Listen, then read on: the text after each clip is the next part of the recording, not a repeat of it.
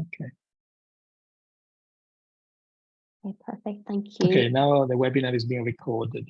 Leah, you can share. There we go. That should be my slides.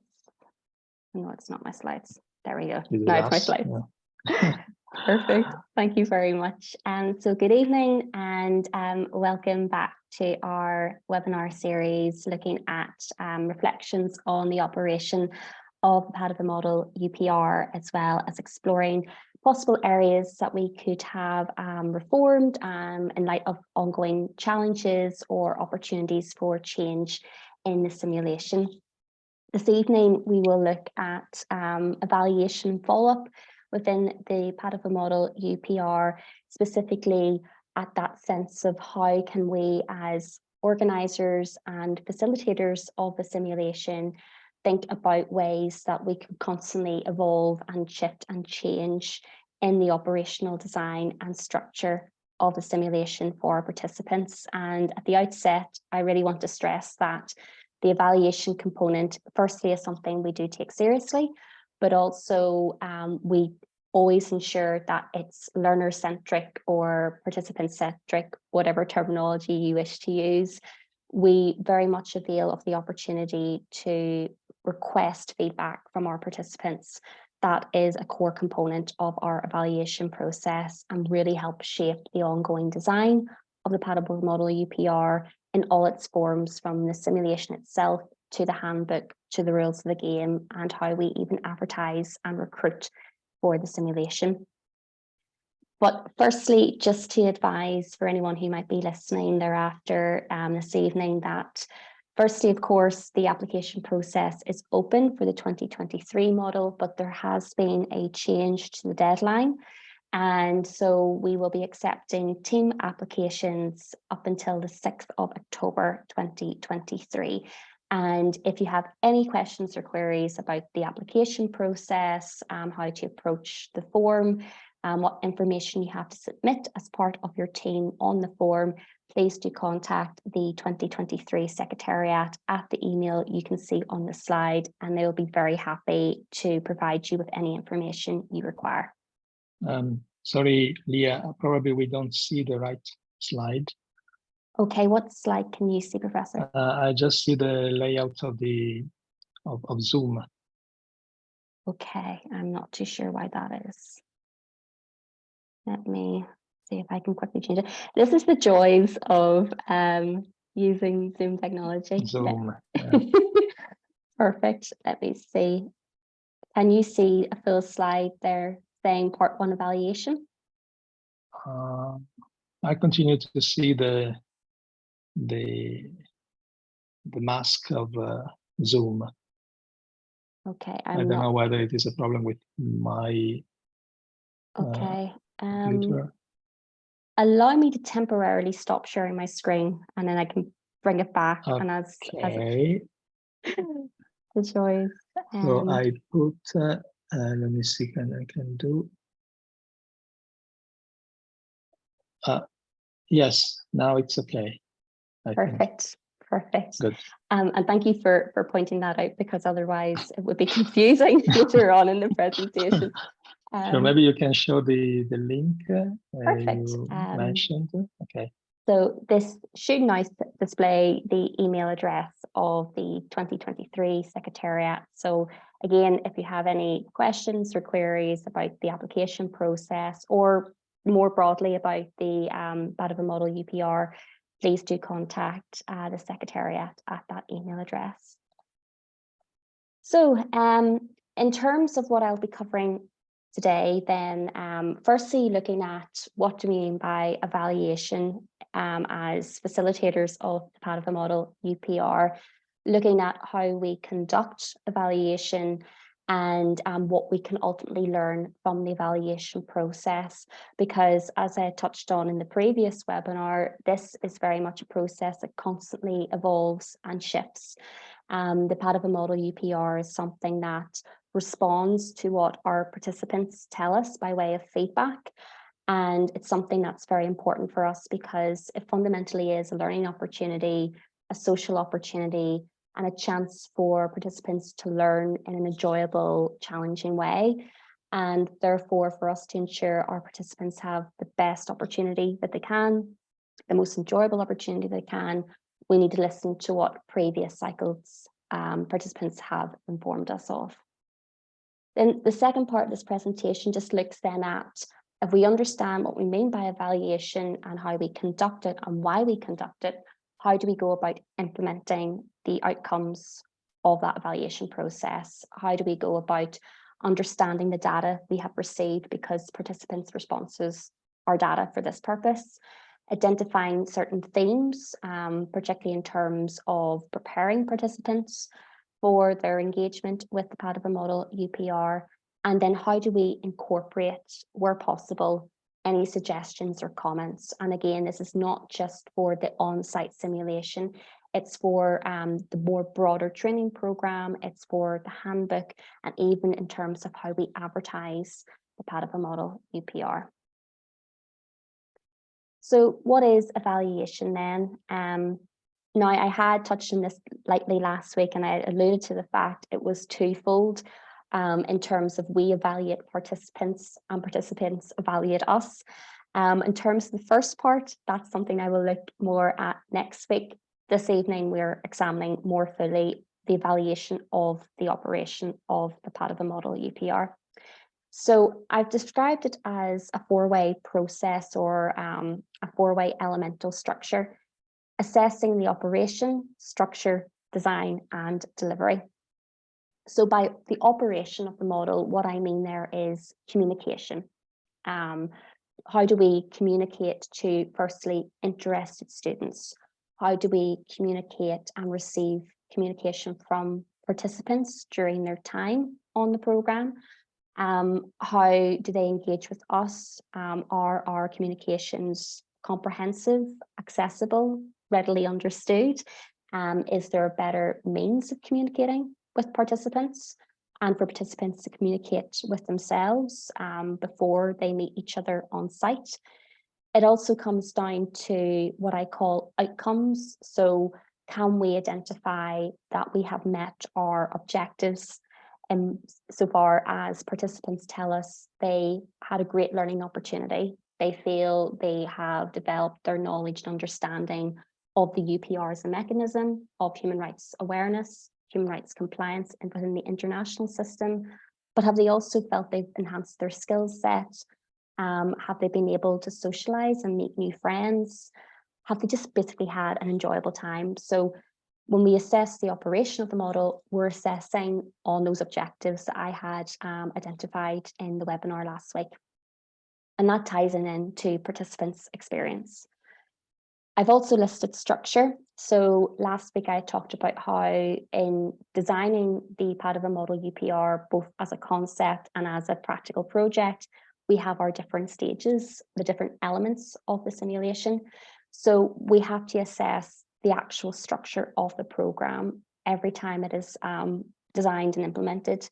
We're looking at the application process, how we recruit participants, how we train and prepare participants, as well as the on-site simulation component as well, and everything in between, from their understanding and use of the module handbook, other learning resources we flag to them, their interactions with us and with our guest speakers as part of the training program, and so on. And we also assess design, and by that I mean looking at the timeframes of the stages. Do we need to consider expanding or reducing the time between, for example, the application process to the selection announcement process? Do we need to consider the timeframes around those written assessments I had talked about last week? Should we consider including additional days for training or additional days for socialization? That comes in within the evaluation process. And also that sense of the feedback we receive from participants around what they feel they learned from their use of the handbook, or if they actually access the handbook and the rules of the game directly or not. And then finally, delivery. How did we deliver this year's project or the previous year's project, whatever time frame we're evaluating. And that comes down to engagement, again, with students, participants throughout their time in the programme, as well as they leave the programme. And then I've put down here problem solving. Every edition we can run into some technical issues. There could be invalid email addresses, for example. People may struggle to upload documents to the Google form. That's part of the application process. So we want to assess how quickly those participants were responded to in those instances, and is there something for us to learn from in that regard, whether it's better communication, more efficient communication, or do we need to redesign certain parts of the delivery of the project to make it more accessible, more streamlined, and so on. So what is evaluation? It's effectively ongoing review, reflect, possible redesign, the 3 R's. I spoke a lot in the previous webinar around the importance of constantly reviewing on the operation of the project and reflecting on not just so much areas where we can improve or consider addressing to make something more clearer, for example, but also recognizing where there are areas that are particularly strong, whether that's the design of the training program, the incorporation of guest speakers to really enhance the learning experience, and what is an enjoyable experience as well for our participants to learn from distinguished speakers.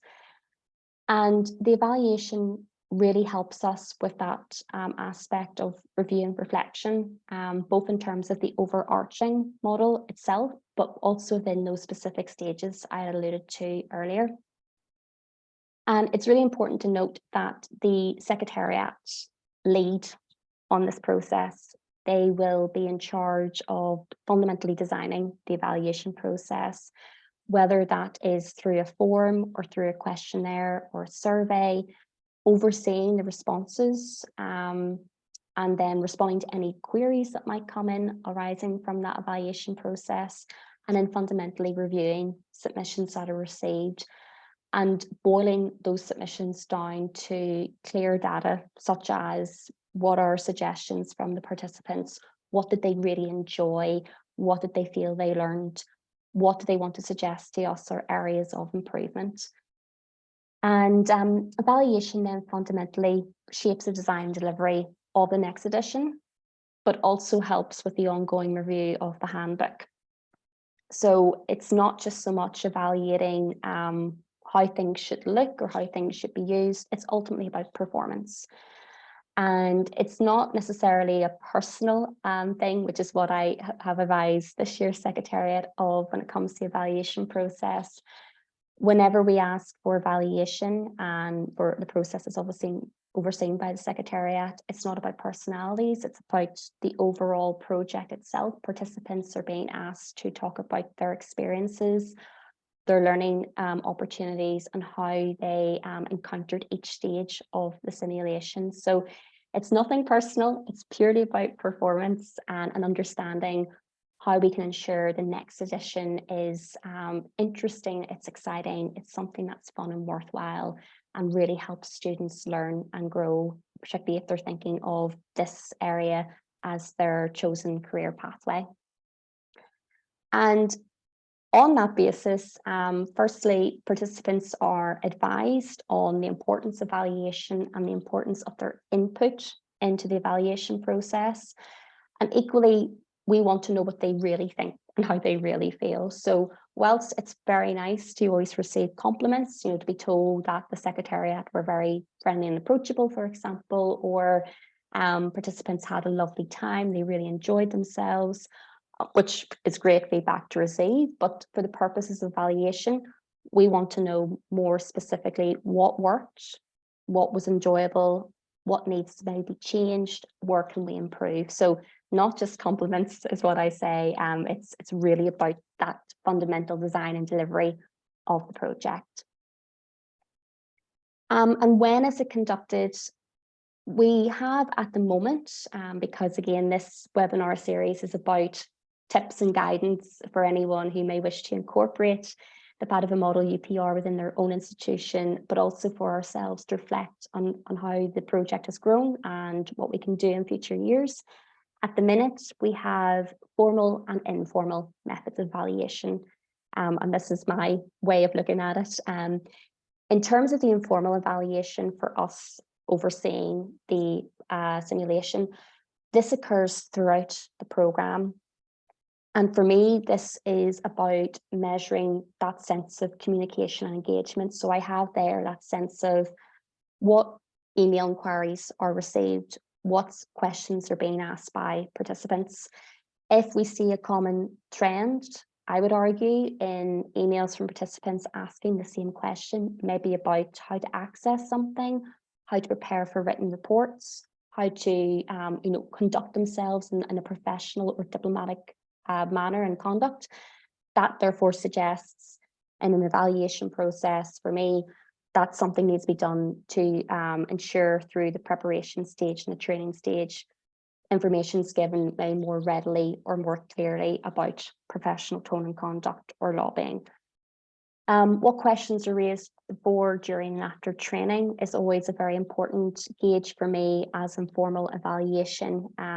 Essentially, we would like to assume we will receive fewer questions about certain aspects of the model after training programs. To date, that doesn't necessarily happen. Sometimes the questions are more just confirming that participants understood what was discussed in training. Sometimes they're a bit more detailed. So again, for me, that's a sense of ongoing review and reflection as evaluation about design and delivery of the training program. What information needs to be conveyed? Do we need to, for example, emphasize more the handbook or specific references to relevant information in the handbook? And then I also have their comments made throughout. I had noted in the previous webinar, we use a platform called Moodle to help, I suppose, organize participants, and it complements the on-site simulation. And Moodle has the opportunity to post forum posts and for questions to be put to the Secretariat. So even monitoring what questions are being put there or what comments are being made is a good way of conducting informal evaluation in a way that also ensures the records are kept, so to speak. So the Secretariat can refer back to Moodle to see and to count questions and whether there's trends and so on. But we also have formal evaluation, and this is the part that's really important for the purposes of looking at the operation of the Padova Model UPR between editions and considering how we review and reflect on its operation between editions with the viewpoint of what can we improve on or what do we need to improve on for the next edition. The formal evaluation occurs post-simulation. And it's a chance, therefore, for our students to really consider their entire experience from they were applying through to the close of their time with us at the end of the formal simulation. Now, that might seem a bit strange just to have the one key part of evaluation and occurring post-simulation. Essentially, we have to be very cognizant of the time frame that the Padova model is conducted within. By the time we close, it usually is the last week of November, and we have to be considerate of the term schedules or the wider academic calendar and the fact that it is quite an intensive week, and participants will feel exhausted, and especially after meeting their written assignment deadlines, they probably don't want to sit down and complete a lengthy form. So we have the formal evaluation at the close of the simulation because on the one hand, it allows participants to really consider their entire full experience and therefore give a very authentic, genuine response that can be very useful for us. But also we're recognizing we don't want to constantly evaluate, throughout 3 surveys, for example, throughout the entire simulation. For whilst I could give quite a good, I suppose, compare-contrast narrative there, it can cause research fatigue, essentially. And when participants are already, quite tired by the end of their time with us, we don't want to add further to that.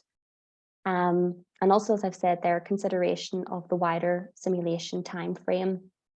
there wouldn't be the opportunity to ask participants to complete another evaluation process before the close of the on-site simulation because of the deadlines that we have in place for those written assignments, as well as quite intensive 3 days as part of the on-site simulation. So we're trying to ensure that in order to get the best responses that we can as part of evaluation, and as many responses as we can as part of evaluation, we hold it at the end of the simulation. So how is that conducted then? If we know when and why, how do we do it? And again, I stress this is the practice we use at the minute. It's worked well for us. We utilize Google Forms, and this is because the Google Forms allow us to tailor the questions to the way that suits us, but I can touch upon that further. But essentially it allows for very efficient and timely data collection, but we really want to focus on space and time for participants. As I've said before at the start of this presentation, evaluation is very much learner-centered for us. We use a learner-centered approach because it really helps inform us in terms of design for the next edition. So by using a Google form, something that can have really structured format, open and closed questions, sliding scale measurements, it allows participants to complete something in a more accessible way, I suppose, and also has the autosave function, so the information can be stored and there's no risk of losing it. As I've said, we also, by having that utilization of different mechanisms in Google Forms, we're trying to prevent research fatigue. So whilst we do have, pardon me, the open and closed questions, we also try to utilize multiple choice answers and questions, as well as the sliding scale measurements, really making sure that participants take their time. And just pardon me for a wee second. Because the participants can take their time, they're more likely to complete the evaluation and complete it in a way that gives us fuller responses.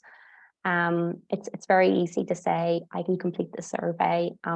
We open the response and it's really just yes, no responses, which aren't informative for us. So we utilize this format and this time frame in order to ensure that firstly, we can have as many participants respond as possible, and that when they do respond, the responses are much more comprehensive. There's something there for us to take away as learning opportunities ourselves. So at the minute, the form really focuses on, I suppose, the evaluation process in its entirety really focuses on 4 key areas. Firstly, understanding, and I will look at these slightly more in depth subsequent to this slide, but firstly, understanding how participants even became aware of the Padova Model UPR. And then we look at their experiences of the application process, particularly their use of the application form, looking at the training program and their experiences participating on the training program. And then finally, and there is a lot of time allocated to this, reviewing their experiences directly participating in the simulation itself. And I've just quickly included these 2 screenshots because I want to demonstrate the fact that we do even constantly review and reflect on how we use this form. So this was part of the 2021 assessment, and you can even see the change in language. So the Secretariat in 2021 referred to it as an assessment form. This was to be completed on the final day of the the online simulation in November 2021. And it was really referred to as a questionnaire. The evaluation form that was used in 2022, you can see right away the change in language is referred to as an evaluation form. And that's because we made a decision that we wanted to inform participants more clearly on how important this was and how useful their input would be as part of the evaluation process. And by calling it an evaluation form, we're really putting, I suppose, the onus in their hands to tell us as the outgoing Secretariat about their experiences and to provide comments and suggestions. So the change in assessment form, which is perhaps more school-based language, to participant evaluation form, should, we hope, convey how important this process is for the Secretariat, and I suppose for the Human Rights Centre more widely. Within the description of the form, you can see even then a change in language. So it's emphasised more about the importance of the feedback that we can receive from participants and how that ties into the broader evaluation process, and that it will help inform future planning for what is now the next edition, 2023 edition. And also, I suppose here it's important to note, as part of the how we conduct evaluation in this formal form, this evaluation form is anonymous. And that's important because we feel for some participants, perhaps they might feel that, again, it comes back to that sense of, will people take feedback personally, or personalities involved? When you allow participants to complete something anonymously, we hope at least that they can give a really full and authentic response that we can then in turn use to help inform subsequent processes. So I had said I'd quickly touch on those 4 previous areas that our evaluation process is really structured around. So whenever we have that first element of how do participants become aware of the programme, why it's structured in that way and those questions are there, it's because it advises us on the role, the constant ongoing role of comms, but more specifically, how is the Padova Model UPR advertised, and what really was the successes or weaknesses of social media promotion. And that's important because if we didn't have efficient comms and we don't have a very strong, robust promotion advertisement aspect, as I touched on in the previous week's webinar, we can struggle for recruitment purposes, and that then can undermine essentially the operation of the next edition. So by trying to assess how participants become aware of the Padova Model UPR and then subsequently how they applied or why they applied, it allows us to connect the dots, so to speak, and helps us identify whether certain aspects of social media really work for us, or are there other channels perhaps we could consider using to really boost our outreach, which is important, particularly when you consider one of our objectives is we really want to expand that sense of European and international community, and I suppose that socialization aspect as well. The second aspect then is reviewing the application process as part of our evaluation form. The questions in this section really consider accessibility and navigation of the form. The form is quite lengthy because there's the opportunity to stipulate which role you wish to apply for, a state, NHRI or INGO. So we're always trying to understand how we can make the process maybe more condensed or clear or straightforward. So we focus on the structure and the length of the existing application form, and that in turn, based on the responses we receive to those questions, advises us on accessibility. There is nothing worse than maybe finding out from someone that they would have applied for an opportunity, but the application form deterred them. They thought it would take too long. So we want to ensure that as many students as possible feel able to complete and return the application form for consideration. So this is a very important part of our evaluation process. And within that, there is an open-ended question for participants to actually make suggestions to us around how they feel the application form could be improved, or whether they have any suggestions about how to change its design or structure. And at this point, I'm going to add that this has actually been quite a useful component for this year's Secretariat. The application form has changed quite a lot for the 2023 edition, and that is because of feedback received as well as the Secretariat's own experiences as participants. In terms then of looking at the training programme, this part of the evaluation process and the evaluation form is really about gauging usefulness. Do participants feel that their time engaging with the training programme fully prepared them for their time on site, taking part in the simulation. And for us, it really advises in terms of the duration of the training program and the content within it.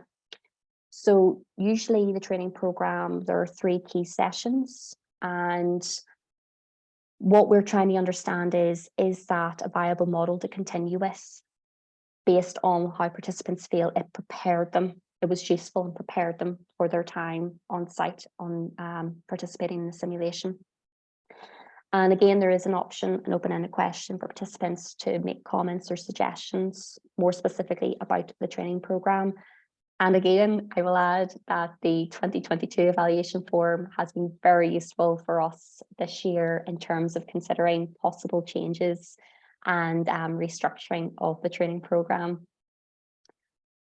And then finally, the evaluation form really hones in on the simulation itself.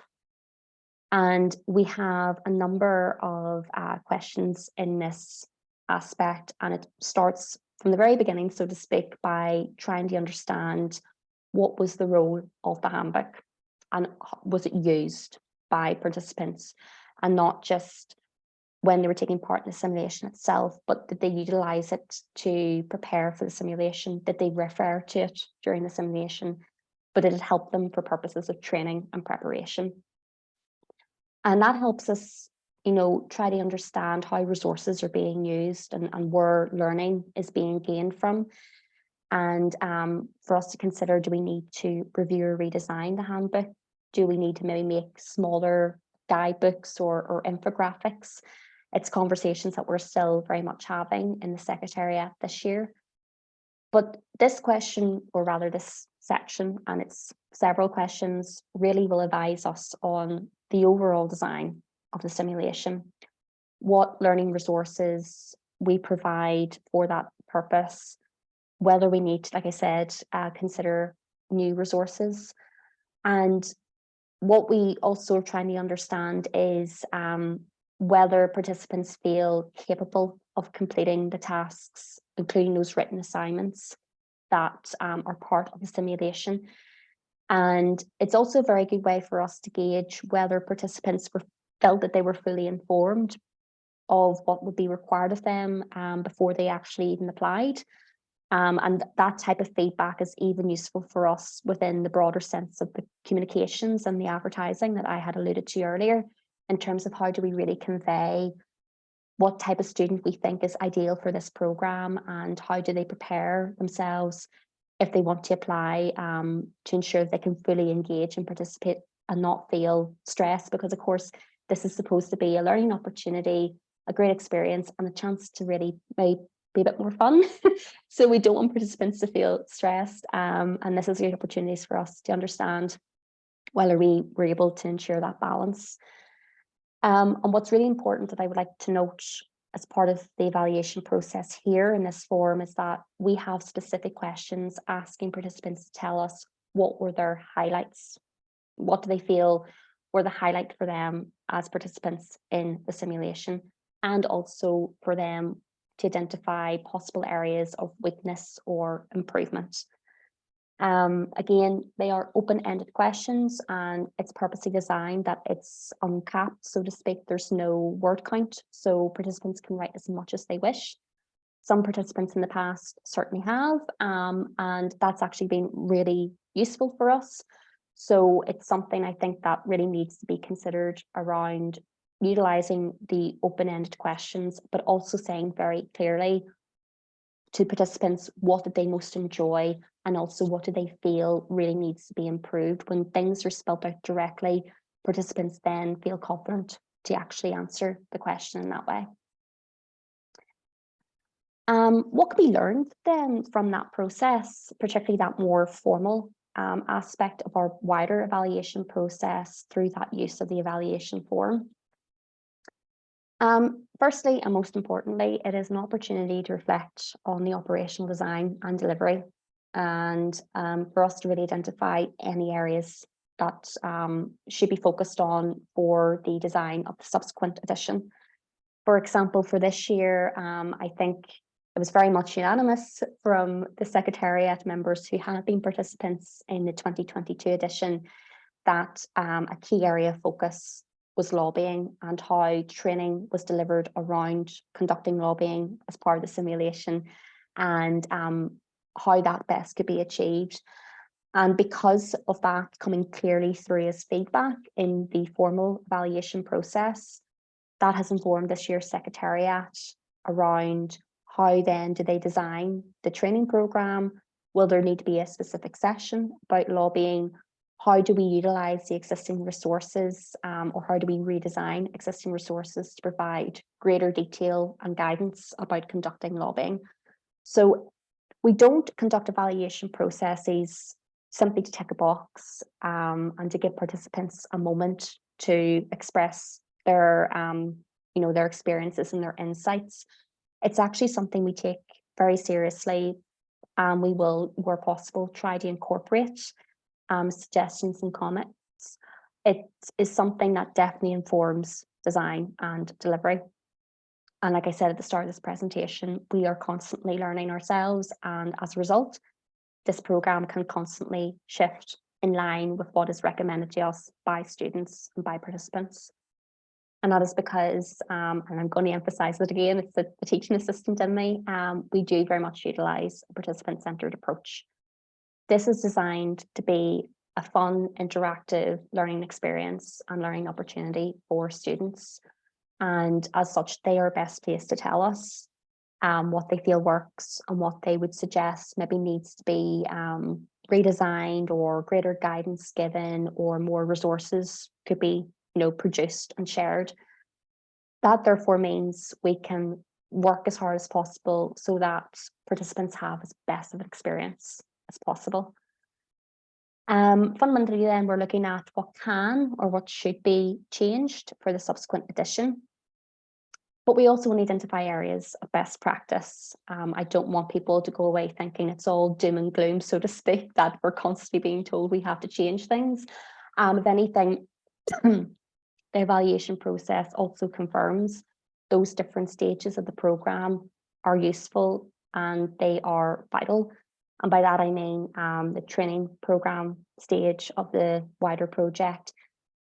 We regularly receive very strong positive feedback from our participants within the evaluation form that the training programme was useful, the training programme prepared them, that it was an opportunity for them to put their learning from classrooms into practice by adopting these roles as they learned how to do so through the training programme. We've also always received really lovely feedback around that international element, the chance for participants to work in teams, to interact with people they otherwise would not have met had they not applied and been accepted to the Padova Model UPR, working with students they previously maybe didn't know from their own university, but also meeting and working with students from other universities, and the friendships that can grow from that. We also last year received lovely feedback from different students saying that this actually confirmed to them that they really want to work in the field of human rights, and specifically international human rights and international human rights law. So it's a really good way for us to also identify what we're doing in a very strong way. And then we know we can ensure to deliver, to constantly keep delivering on that. And therefore, essentially, the fundamental part that we learned from evaluation, how to ensure consistency. There's no point for us 1 year thinking, oh, we've been advised we need to revisit a certain part of the module handbook, for example, and then we focus all our efforts on the handbook because we assume the training program's great, and then we get told we need to look at the training program. So the evaluation process for us is constant checks and balances, and just because we receive strong feedback 1 year doesn't mean that we don't work hard on that same area for the subsequent edition. If anything, it tells us we need to make sure we keep delivering that high standard as well.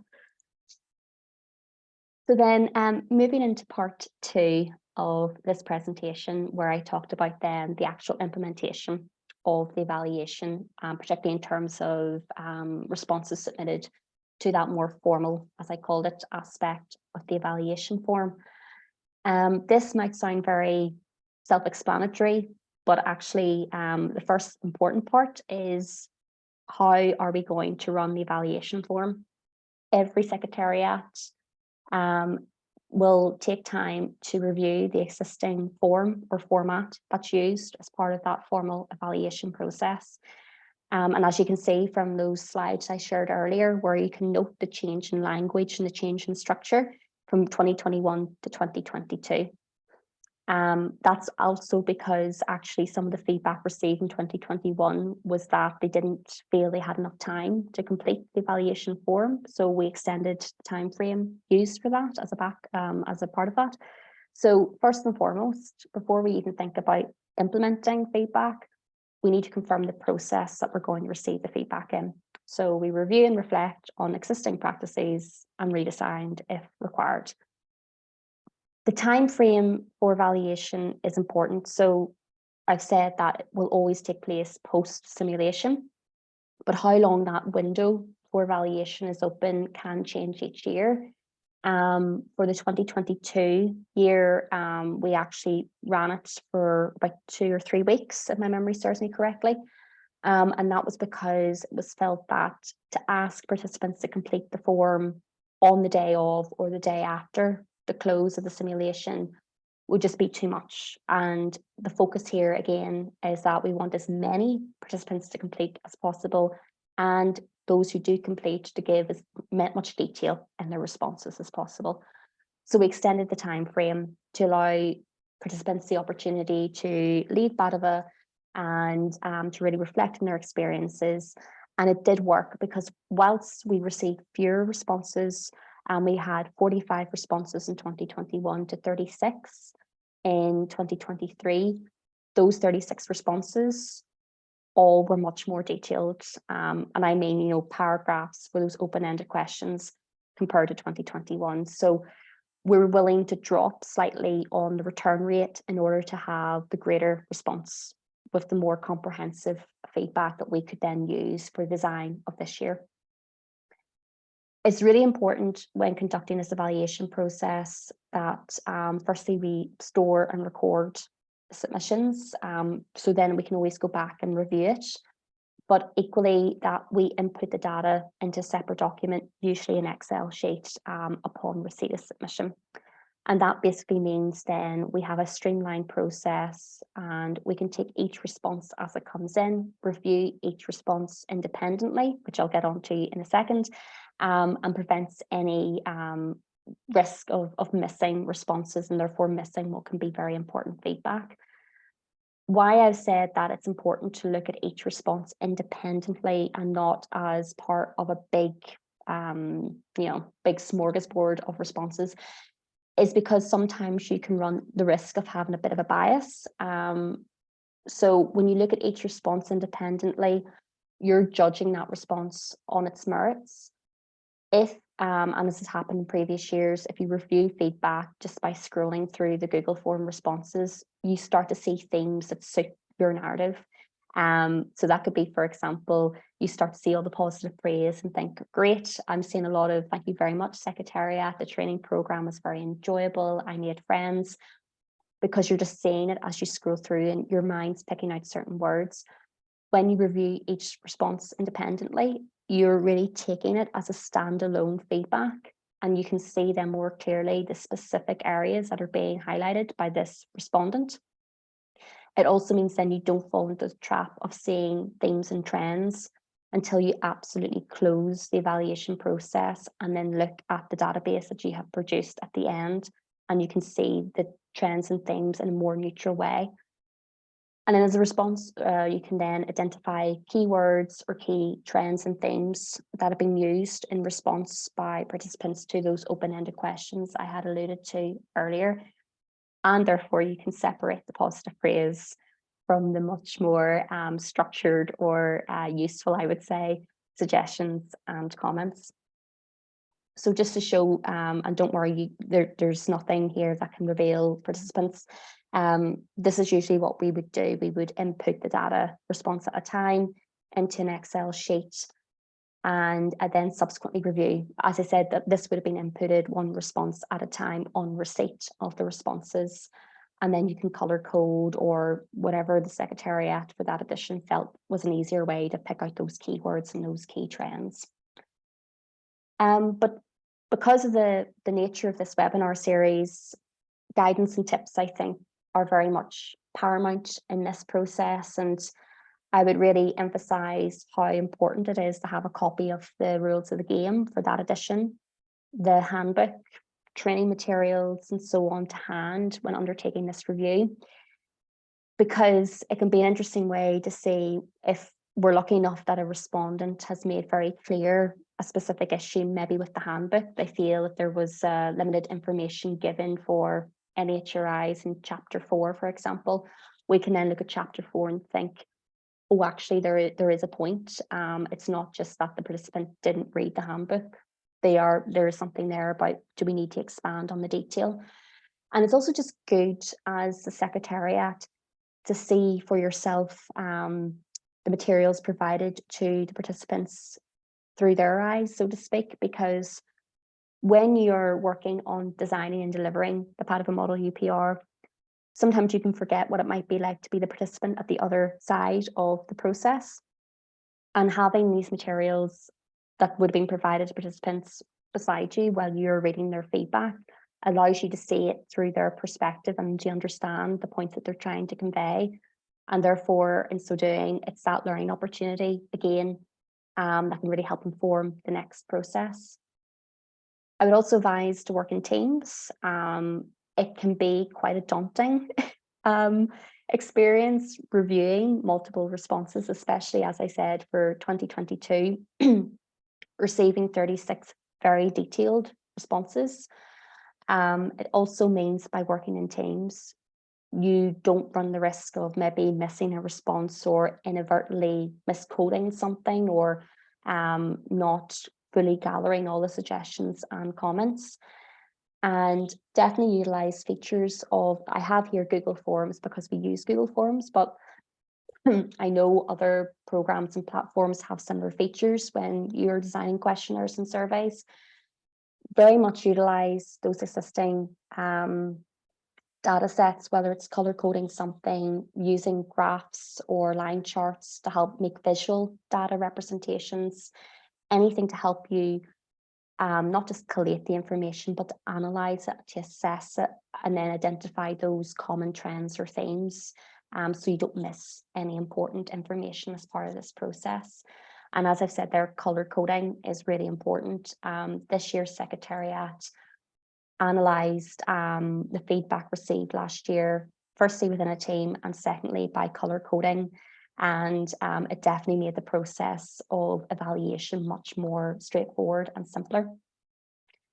And also just the sense of, when I had alluded to earlier about asking specifically about highlights and areas of improvement, we had provided a list of elements of the stages before we asked the open-ended question. And firstly, this means that we can see some common themes or trends. So this is the highlights from last year's participants. And you can see very clearly that sense of, for them, key takeaways are they really enjoyed the formal role-playing aspect, learning about the UPR in a more practical, fun, simulated way. And then also that sense of meeting colleagues from other universities and institutions and the teamwork component. So that gives us the really quick visual data, but it also helps us categorize on the basis of the stages of the Padova Model UPR before we asked in that open-ended question for participants to expand on what they had indicated in that graph chart. And we did the same for the weaknesses or areas of improvement. It was the same categories and stages that we had identified for the highlights. And there, for example, you can see that sense of the commonality that comes through when you use the features of Google Forms in this way. That sense of the lobbying came through, as I said earlier, working around written assignments and the deadlines and the timeframes came through. And then again, we similarly asked that open-ended, elaborate on that response. And by doing that, firstly, it's easy to categorize for us, but it's also easy to categorize for the participant. And then they feel confident that they can expand on their answer, and in so doing, give us the feedback that we need. And in terms of reviewing suggestions and comments, this is the final question that is asked at the minute. The form might change for 2023, but this is the general conclusion of the formal evaluation process, where we ask participants to share their overall impression, comments and suggestions for the entire experience. So not just the on-site simulation, but their entire experience. Was there something they enjoyed or liked, or what they would change? And the reason why there are multiple questions there is, in previous years, it was identified we just asked for someone to share their overall impression. You got a response of, it was great, which again, nice to hear, not particularly informative for an evaluation process. So when you follow up with smaller open-ended questions or shorter, more specific open-ended questions, it helps prompts the participants, and therefore they can give us a much fuller response that we can use. As part of this element of the suggestions and comments, when I have here, consider the volume received and identify commonality, by that I mean sometimes you might have a lot of responses on the same area. So as I said previously, 2022 participants really strongly made suggestions about lobbying and how there could be maybe clear information given in the training program or as part of the module handbook. So we had a scale of responses and a lot of common words and suggestions being made.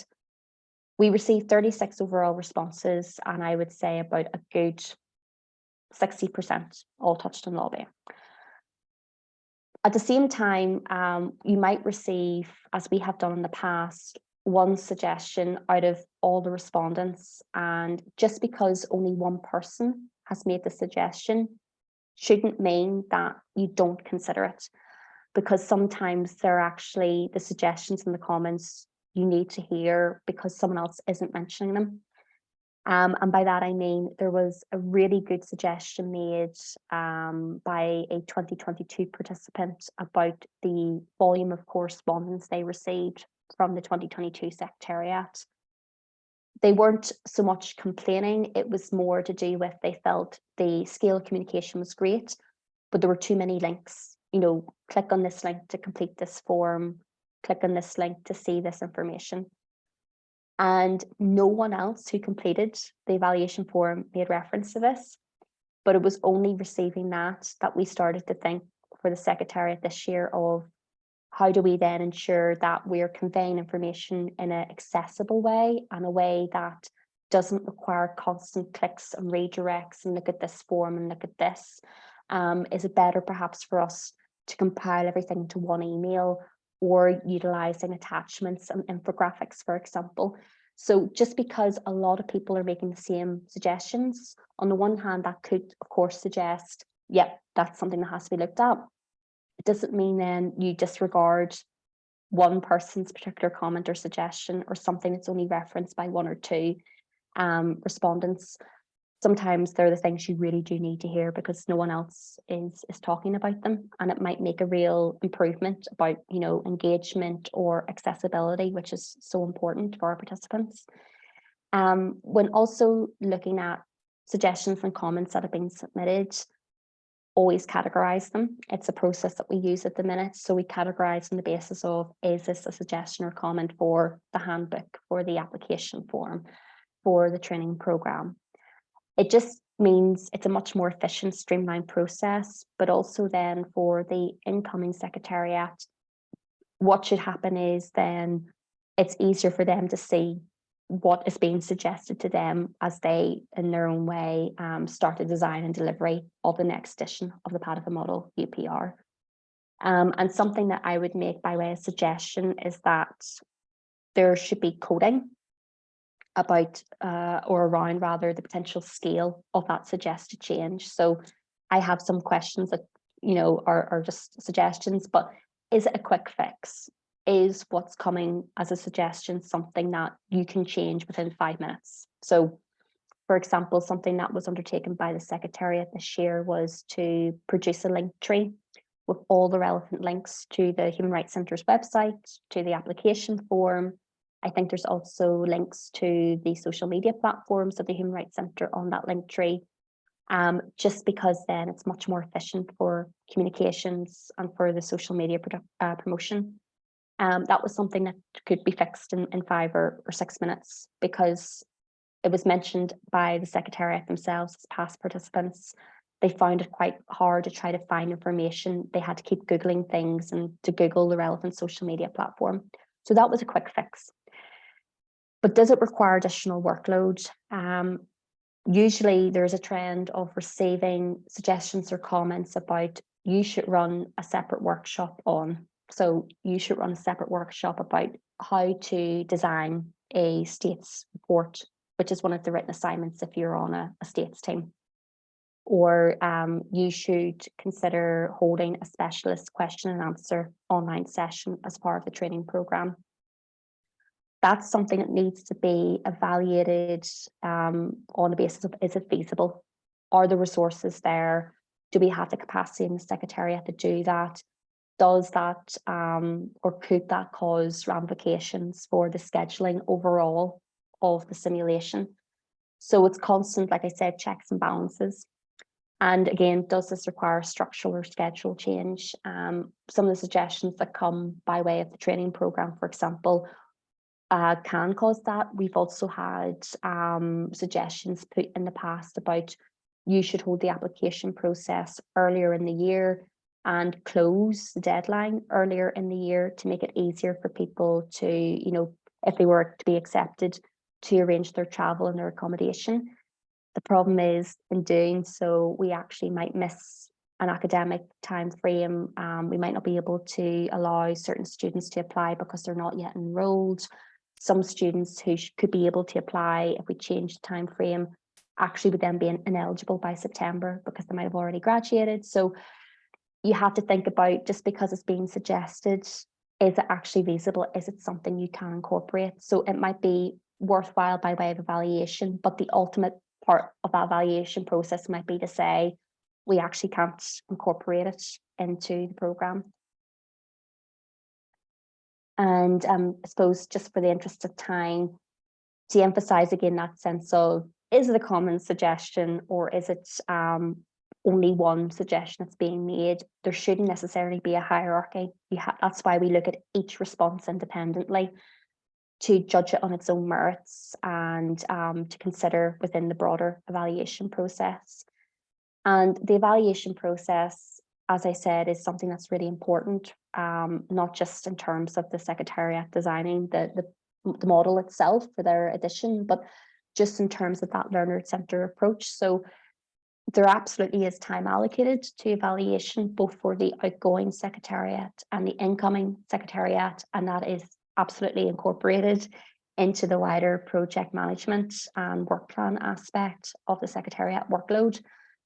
And as I've alluded to in this presentation, evaluation also comes by way of the Secretariat members themselves, who most often than not, the majority of which will have been past participants. So even Secretariat members sharing their own experiences and sharing their own suggestions is ongoing evaluation and ongoing feedback.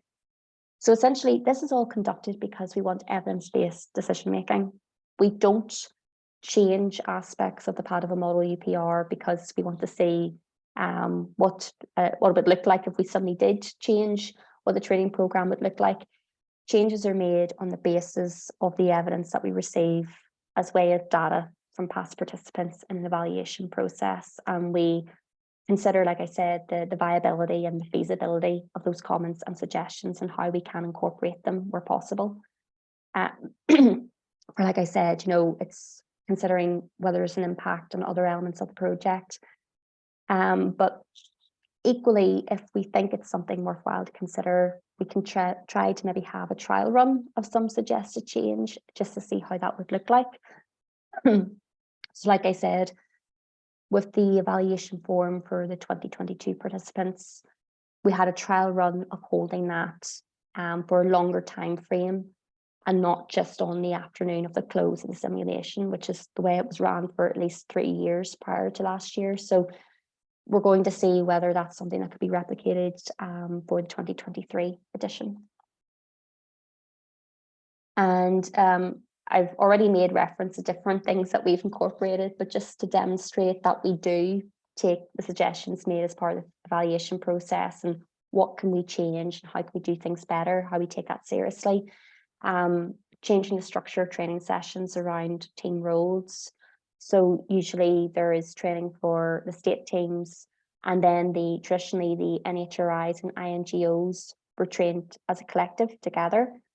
In 2022, on the basis of feedback that was received, we then had separate training for NHRIs and separate training for INGOs to see would that make a difference in preparedness and then overall performance. Last year, we incorporated interactive elements into the training sessions and the use of role play, and that's something that we're going to try to incorporate into this year's training program. As I said at the start of this presentation, the redesign of the application form for this year very much came by way of feedback received from the previous year. And then there's the possibility of future redesign of the training program to have more emphasis around lobbying, and that's something that also can be looked at with the handbook revisitation as well. And then also inclusion of some type of socialization element within, firstly, the wider simulation schedule, but also in the training program. There's been comments and suggestions made about wanting to get to know people better before participants arrive in Padova, and that's something we're going to try to deliver for this year. And then just to note, like I said, this is very much an ongoing process from one secretariat to the other. So part of the evaluation process is actually to leave suggestions. The secretariat evaluate for themselves. So not only do participants provide that evaluation aspect through the formal format, the secretariat evaluate themselves what they feel worked and what could be improved on. And it's now tradition that a little note is left before the first big meeting of the new secretariat. And this is a screenshot for the incoming 2022 secretariat. We received this document that had been prepared. It was about 5 pages long, identifying possible areas of improvement, what was found to have worked quite strongly, and therefore to keep continuing in that trend, but also what could be looked at and implemented to ensure greater performance from participants in 2022.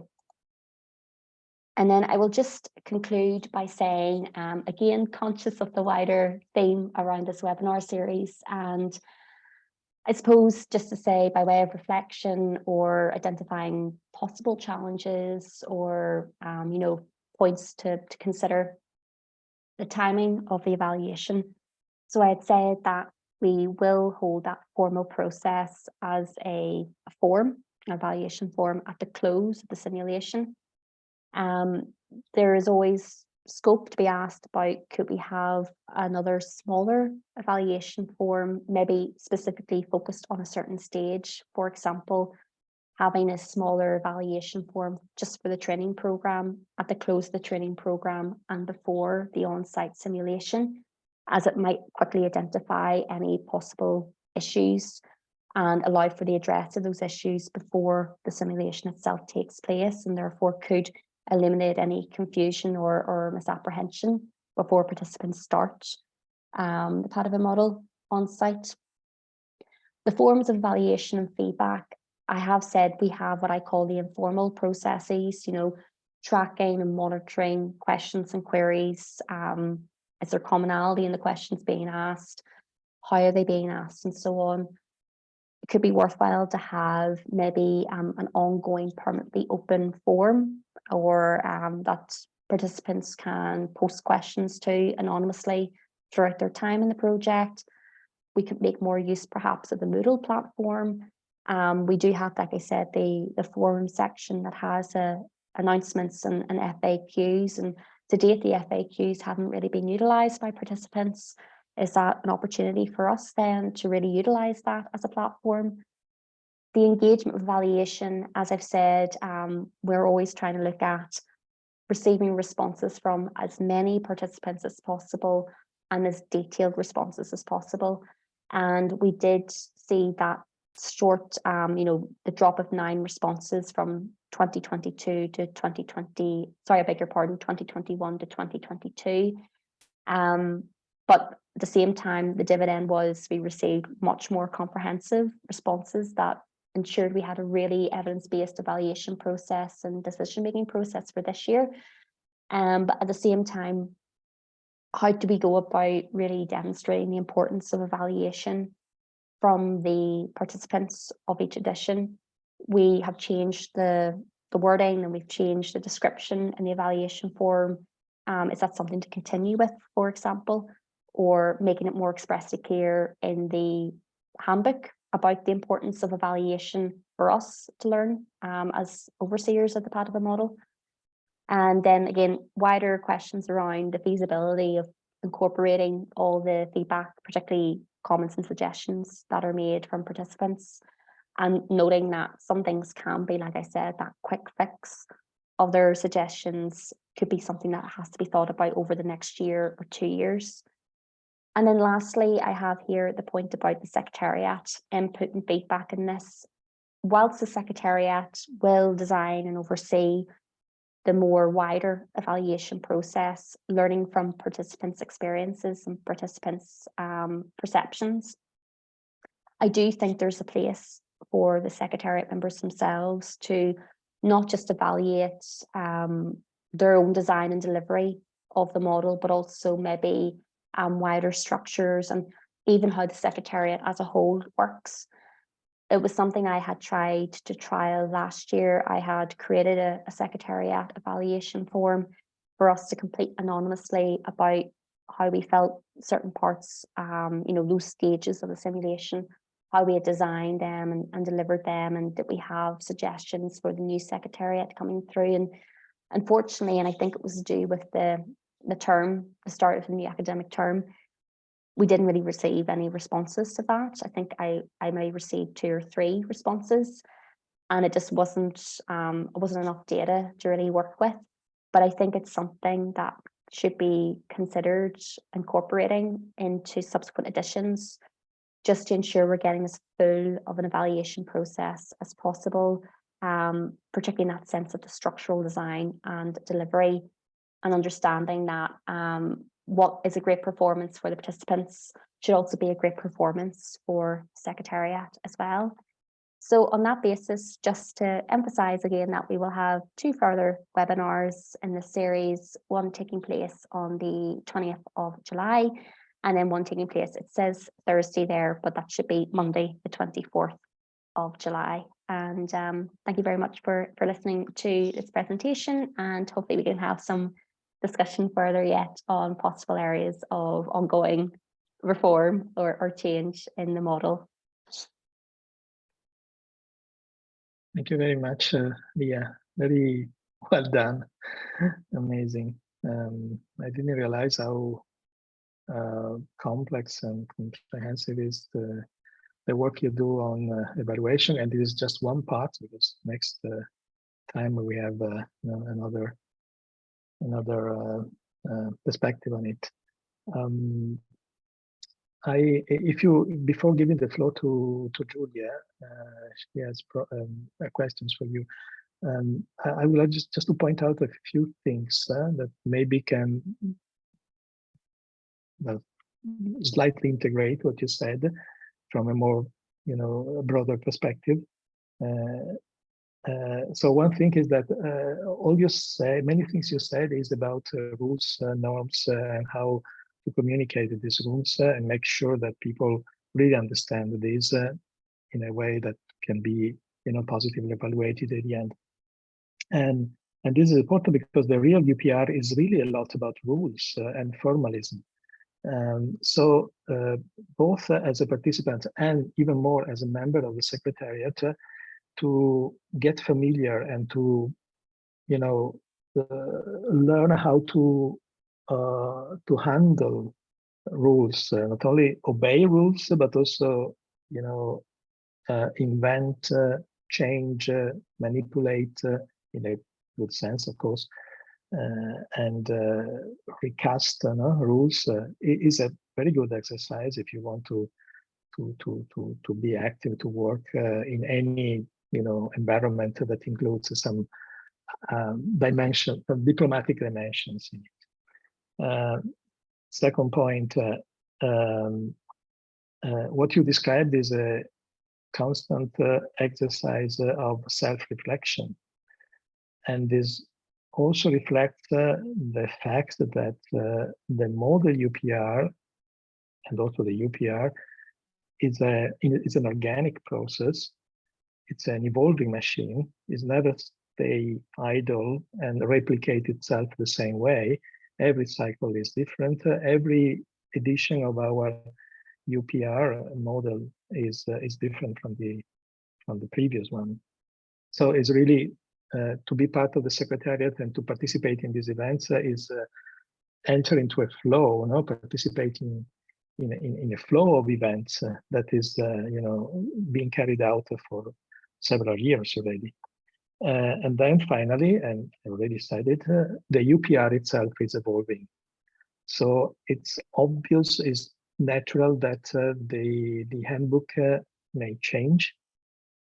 Because despite the fact that the rules, the sort of the way the working group and the Human Rights Council always follow the same sort of structure in its activities, despite this fact, the content, the sense of what they are doing in the framework of the UPR is never the same over the cycles and over the years changes, and so should change also our handbook and the way we approach the whole thing. This being said, Julia had some questions or comments. Yes, mainly comments. Thank you so much, Leah, for the seminar. I think it highlighted perfectly how we as a Secretariat are taking into account the evaluation and the feedback from previous years to design this year's Model UPR, especially right now with currently focusing on training. And I feel like in designing the training and kind of deciding how it should be structured in a sense, we are heavily taking into consideration what was said about last year, for instance, with the lobbying. And now that I'm also temporarily part of the emails team, I'm realizing that we're also taking into account feedback from previous years on how to communicate, as you said, with links or attachments, etc. Also, another step that I was heavily involved in where we took feedback into account was the application form itself. And as you said, as you have highlighted, we have changed the application form at least slightly. We have some new, not necessarily new sections, but we kind of redesigned it. And that means that we also need to change the way that we evaluate the form slightly this year. So we're also working on that. And I also thought it was very interesting how you said that for this year, it could be useful to have different feedback forms for each stage of the simulation. So to have maybe a form on the training, and then maybe one on the application, and one on the simulation overall after everything ends.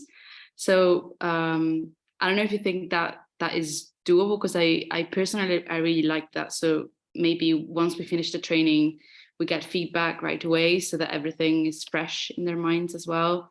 And then the Secretariat next year will be able to use that very specific feedback for their work in redesigning or, well, improving, etc., the simulation for next year.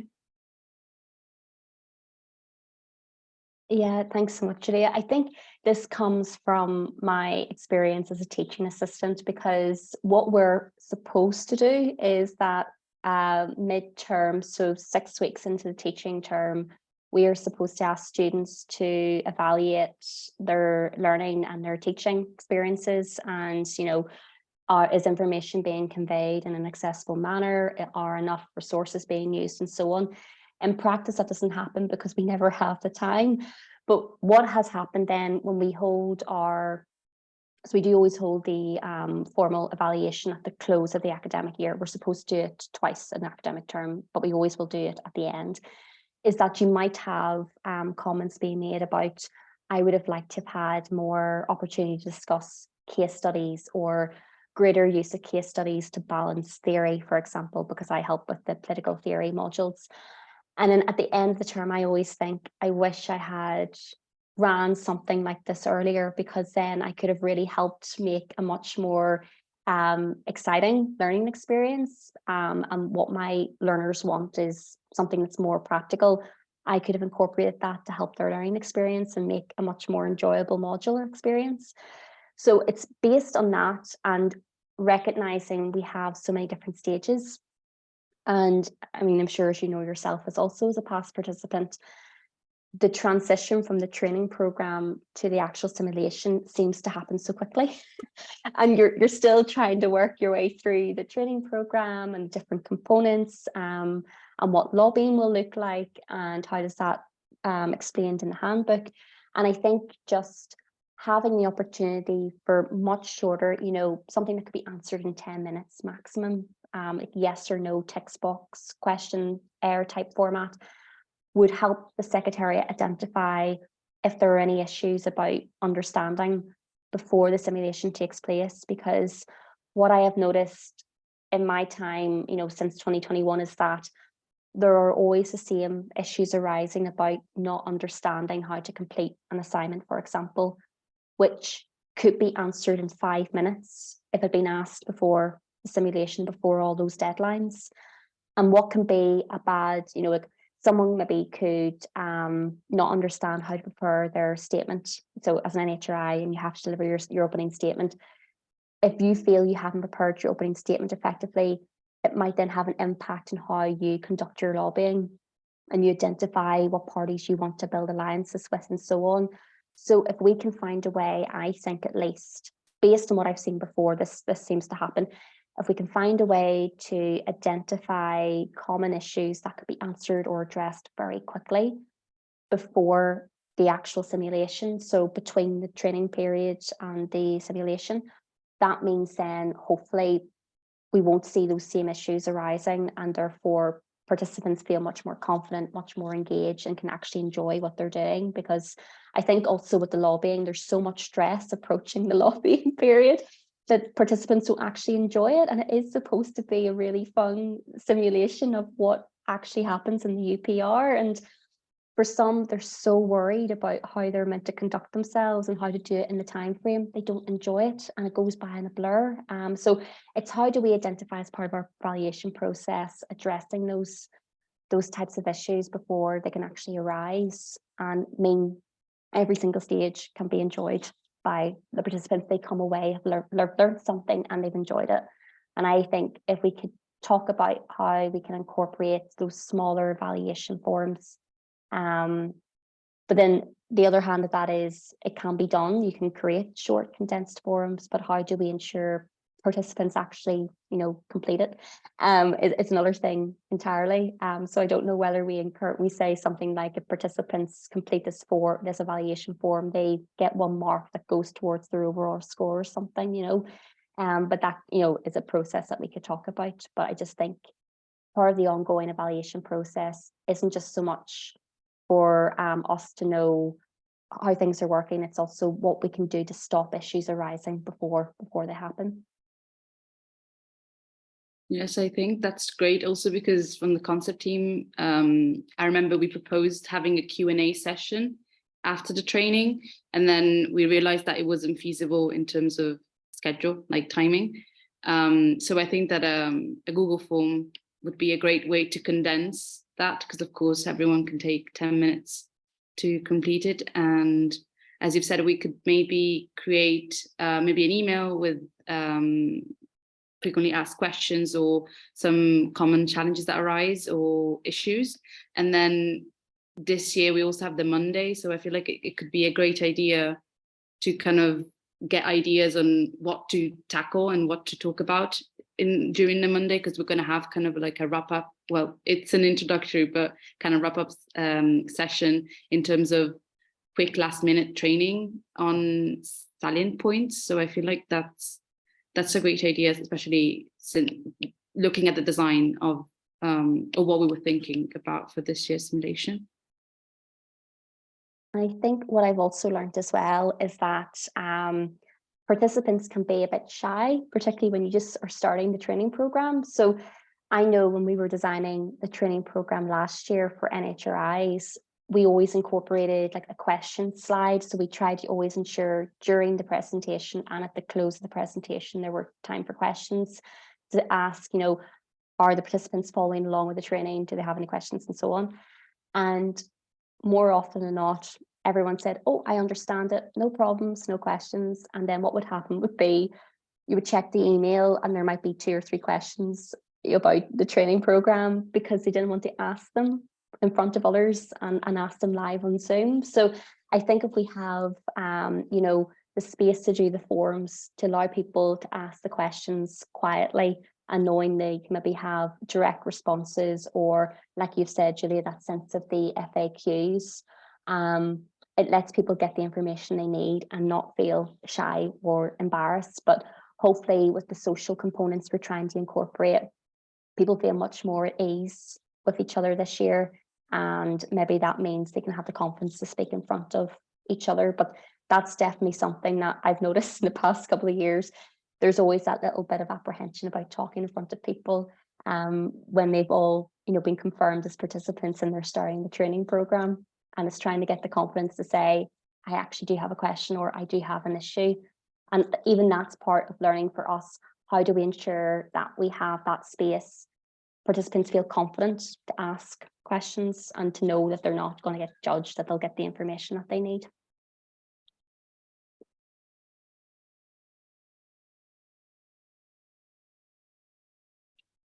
Yeah, I think this is important, that we have to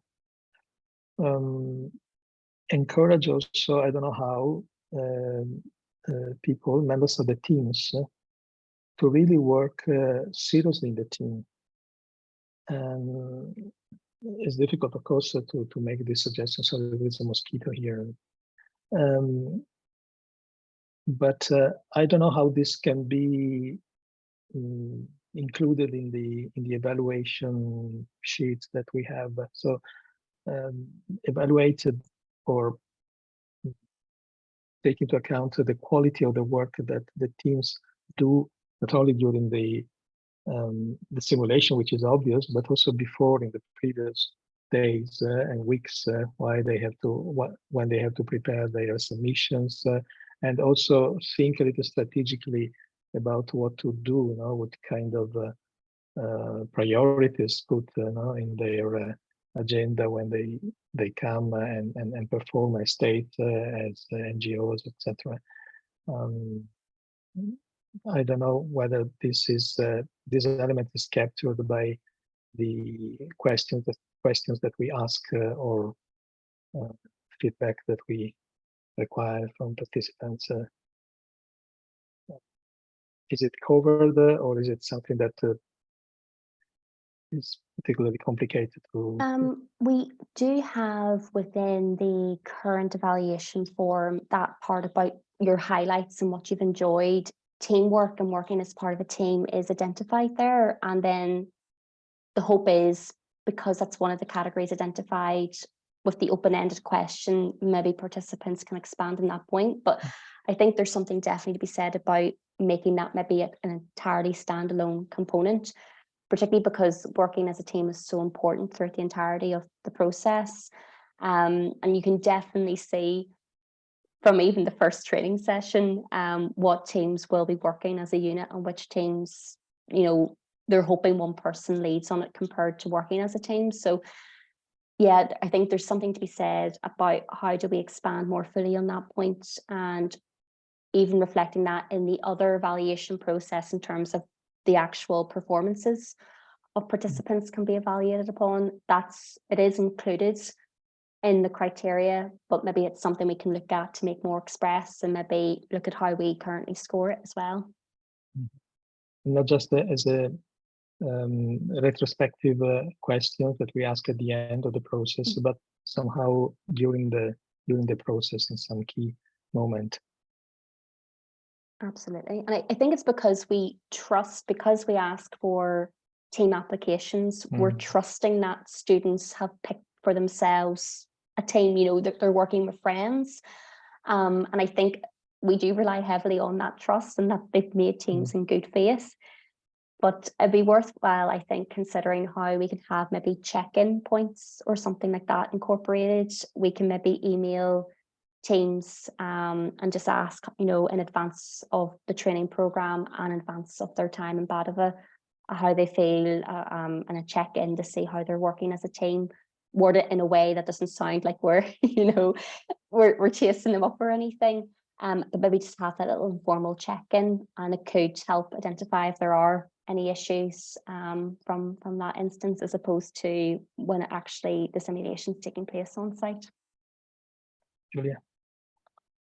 Yes, I also feel like this year we've underlined the team work and team making aspect in the application form as well, and in the description of the roles, which I think is something that could be picked back up for the training as well, kind of highlighting that yes, there are delegates or speakers and researchers, but that doesn't mean that the researcher has to write the papers on their own, for instance, especially in the teams of two, so NHRIs and INGOs.